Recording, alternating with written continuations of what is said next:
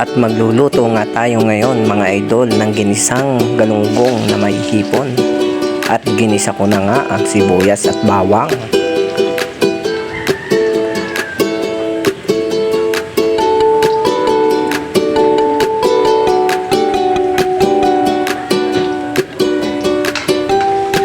At halu-haluin natin mga idol ang sibuyas at bawang.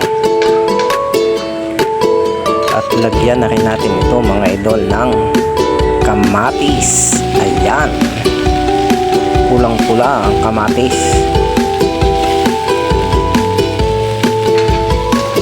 Ito ay mga idol ay ginisang galunggong. Nalalahukan natin ang hipon. Ayan, nilagay ko na nga mga idol ang hipon. Haluin lang natin guys para sumarap ang ating ginisang galunggong na may hipon na nilahukan ng kamatis. Haluin lang natin mga idol. Ayan, sobrang sarap nito mga idol, lalo na't malamig ang panahon ngayon.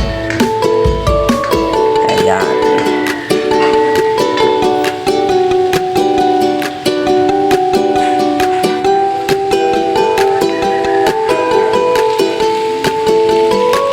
nilagay ko na rin nga mga idol ang galunggong. Sariwang sariwa pa ito mga idol.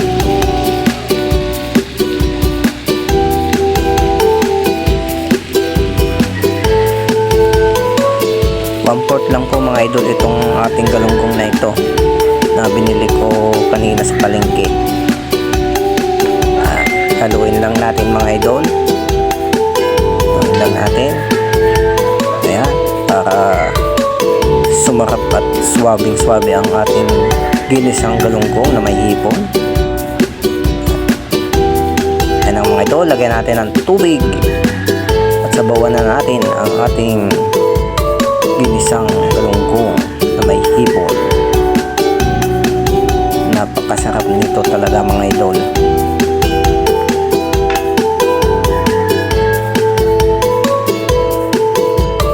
Ayan mga idol,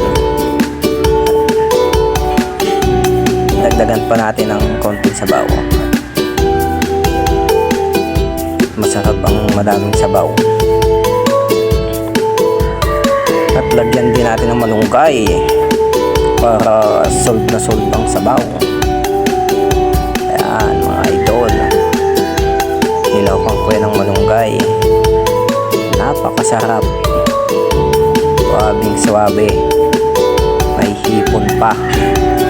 Ayan mga idol, kita nyo naman, swabing swabe ang ating ginisang galunggong na may hipon.